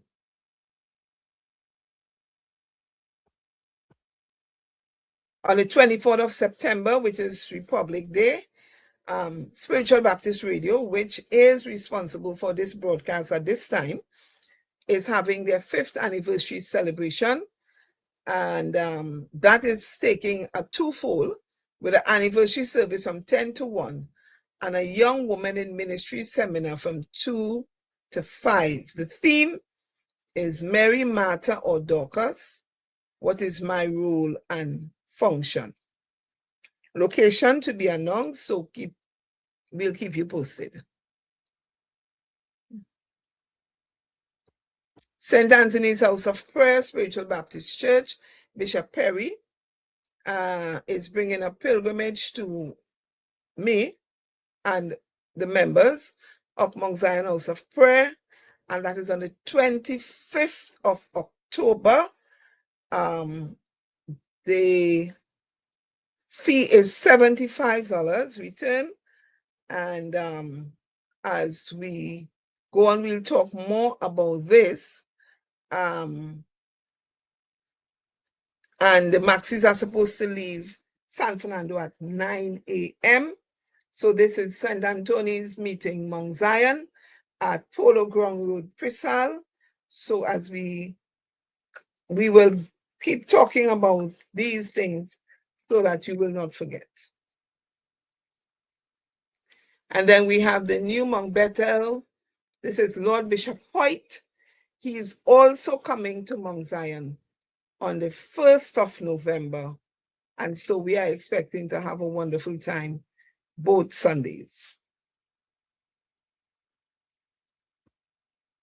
And so we thank you. I want you to know coming soon is going to be our Women's Conference, and that is coming up in October as well. By next week, Thursday, we will have the flyer up and out. So persons who have been asking for it, it is coming in October. Yes. Pearl Lewis is saying, Mother, have a blessed night and a wonderful weekend. Thank you. Same to you. Chester Dalrymple is saying that person can listen to the entire presentation again. TC2K22 says, grace and peace to all. Francesca is saying, blessed night to you, Mother Lloyd, and everyone on the live. Blessed weekend. Going into a new month. May the peace of God guide us through the month ahead. Blessings, blessings, blessings. Right back at you, Francesca. And as I close tonight, I want to say to all of you, happy emancipation. Yes, on Saturday coming, we know that we are celebrating African Emancipation Day. And as much as you that can, make it and go to the various celebrations, because you may not be able to go to Port of Spain, but I'm not sure what's happening in your area. Come out and go and give your support and that kind of thing. Yes. Again, sometimes we blessed nights, Teacher Wendy. I bless God for you and your ministry. This God sent SB platform, Spiritual Baptist platform topic was very well received on my end. I always say preaching is inspiring, but teaching is informational. God bless. Thank you so much, Prince. Thank you for your support. I've seen you on quite a few shows, and I appreciate your input every time. Dennis Candice, thank you, Mother Lloyd. Great show. Good night. Blessings right back at you. Blessings to you and your household as well. I was saying persons who can go wherever and represent, yes? Represent whatever program. You may not be on the day itself, maybe tomorrow where you're working, wherever. Represent, because remember our ancestors fought, yes? And it's because of their resilience we are here and we can celebrate. As you see, I have on my kente dress tonight. Yes, I am representing. So happy, happy emancipation to all of you. And to those of you who are afraid what they will say because you're worshiping the ancestors. Let me tell you something. Worship and honor is two different things. Yes? Worship and honor is two different things. So be proud of who you are. Be proud of your ancestry. And again, happy emancipation, Mother Bernadette. Blessed night to you as well. And may God continue to bless you and your ministry. Good blessings to you, Mother Lloyd, and happy emancipation to you. From Anne-Marie. Anne-Marie, right back at you. God blessings to you as well, and happy emancipation. And I want to thank all of you for joining me tonight. I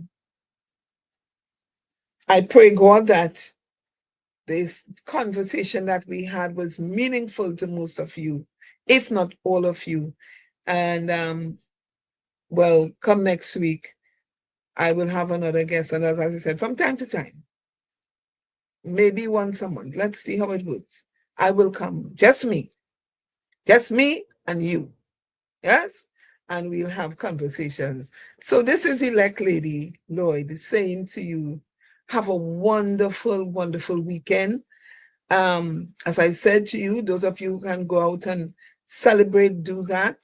Have a wonderful day, first Sunday of the month, first day of the month, first Sunday of the month. Have a wonderful time in your worship to God in your different congregations.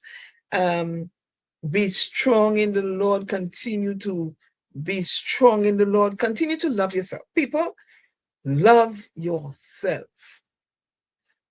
Did I say love yourself? Love yourself.